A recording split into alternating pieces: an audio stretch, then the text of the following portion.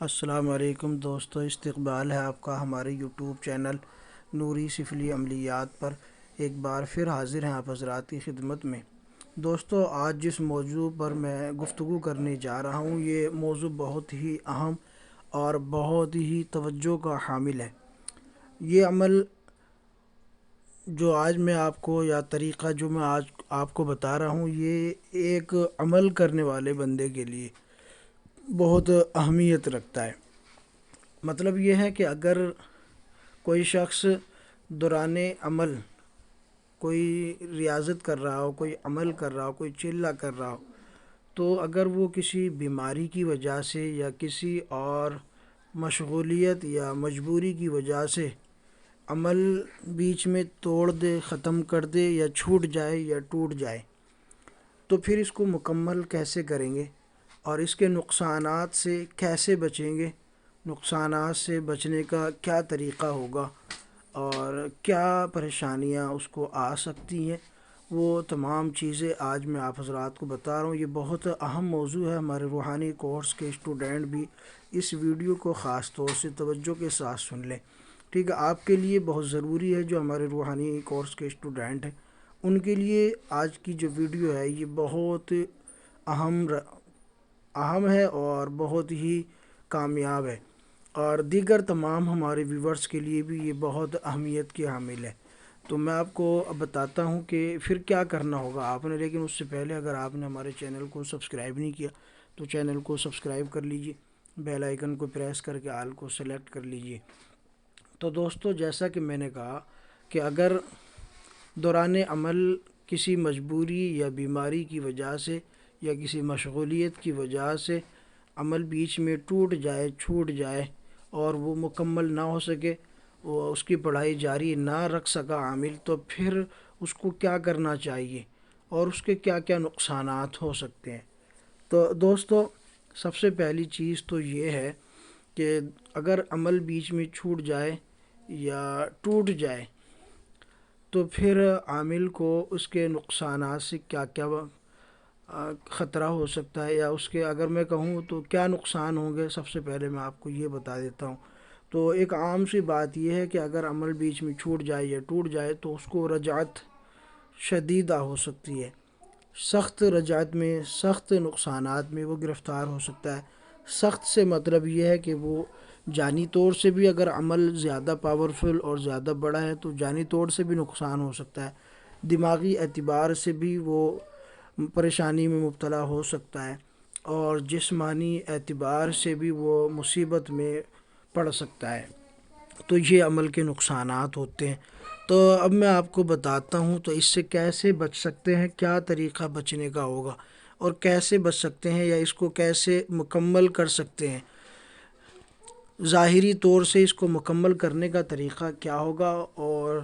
جو ہے اس عمل کی جو آپ نے بیچ میں چھوڑا ہے یا ٹوٹ گیا ہے کسی مجبوری کی وجہ سے، اس کو مکمل کیسے کریں گے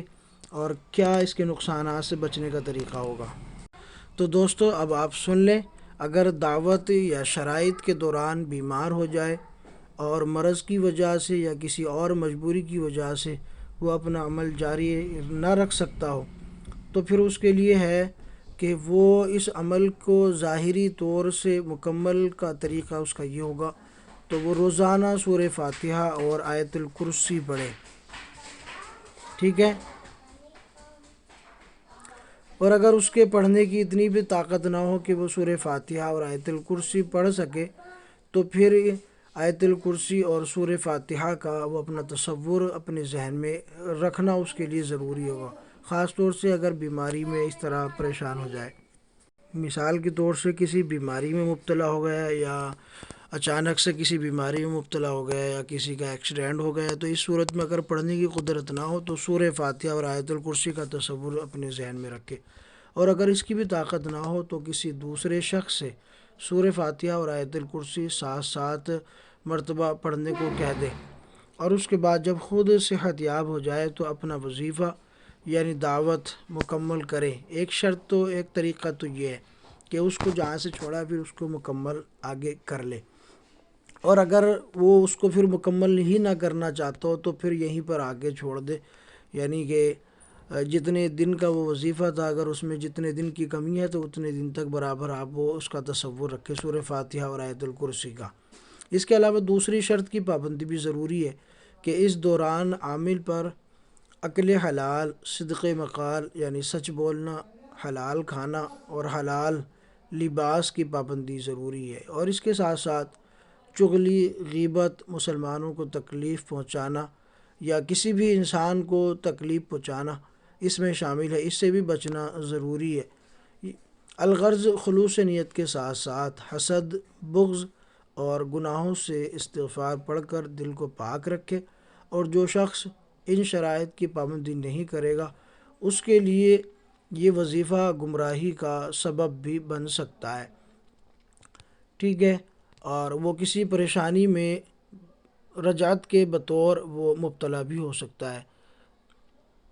تسخیر کواکب و جنات و ارواح کی دعوت کے دوران، یعنی کہ اگر جنات کی حاضری اور یا ایسے ہی سیاران کی نحوست کے دفع کے لیے اگر حصار کے طور سے کوئی چلہ کیا جا رہا ہے، اور ایسے ہی باموکل کوئی عمل کر رہے ہیں جس میں پرہیز جلالی اور جمالی بھی ہو، تو اس صورت میں وہ گوشت وغیرہ سے بھی پرہیز کرے، جمع وغیرہ سے بھی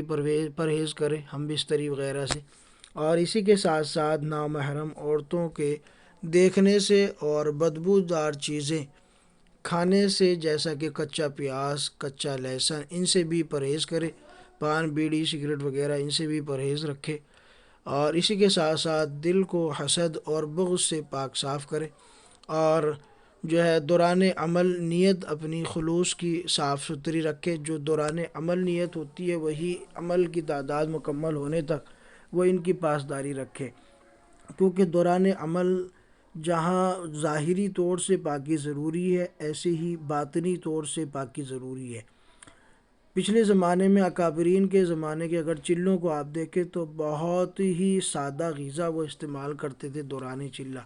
اب اتنی سادہ نہیں ہوتی، لیکن پھر بھی کوشش کی جاتی ہے کہ زیادہ سے زیادہ سادگی کی طرف، یعنی دوران عمل سادہ غذا کی طرف عامل توجہ رکھے، لیکن پھر بھی جو ہے اس دور میں اتنی پرہیز کوئی کرنا نہیں چاہتا، اس لیے اس میں کچھ زیادہ ہی پھر زیادہ چھوٹ ہو جاتی ہے، جو پہلے کے مقابلے میں بہت ہی زیادہ فراوانی کہہ سکتے ہیں۔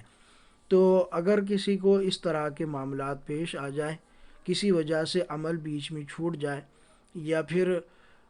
ٹوٹ جائے کسی بیماری کی وجہ سے یا کسی مجبوری میں پھنسنے کی وجہ سے، تو اگر وہ چاہتا ہے کہ عمل کی جو منفی اثرات ہیں ان سے محفوظ رہنا چاہتا ہے، تو پھر اس کے لیے ضروری ہے کہ وہ ان باتوں پر غور دے، توجہ دے اور ان پر عمل کرے، اور سورہ فاتحہ اور آیت الکرسی کو 7 مرتبہ ضرور پڑھ لیا کرے۔ پڑھنے کی قدرت نہ ہو تو کسی سے پڑھوا لیا کرے، یا پھر پانی پر 1 بوتل پانی لے کے سورہ فاتحہ اور آیت الکرسی 7 مرتبہ، اور اسی کے ساتھ ساتھ لا حول ولا قوت الا باللہ العلی العظیم 7 مرتبہ پڑھ کے بوتل کے پانی پہ دم کر کے اس کو پینا جاری رکھے جب تک کہ عمل کی جو مدت مکمل ہو۔ مثلاً اگر کوئی 40 دن کا چلہ کر رہا ہو اور 20 دن میں اس کو عمل توڑنا پڑ گیا یا چھوٹ گیا کسی وجہ سے نہ کر سکا، تو آگے کے جو مزید 20 دن ہیں تو اس میں اس کے لیے ضروری ہے کہ وہ اس کی احتیاط رکھے، سورہ فاتحہ اور آیت الکرسی۔ تو امید کرتا ہوں دوستو ویڈیو پسند آئی ہوگی تو لائک کریں، ویڈیو کو شیئر کریں، اگر چینل کو سبسکرائب نہیں کیا تو چینل کو سبسکرائب ضرور کر لیں۔ ملتے ہیں اگلی نئی ویڈیو کے ساتھ، تب تک کے لیے شکریہ، جزاک اللہ۔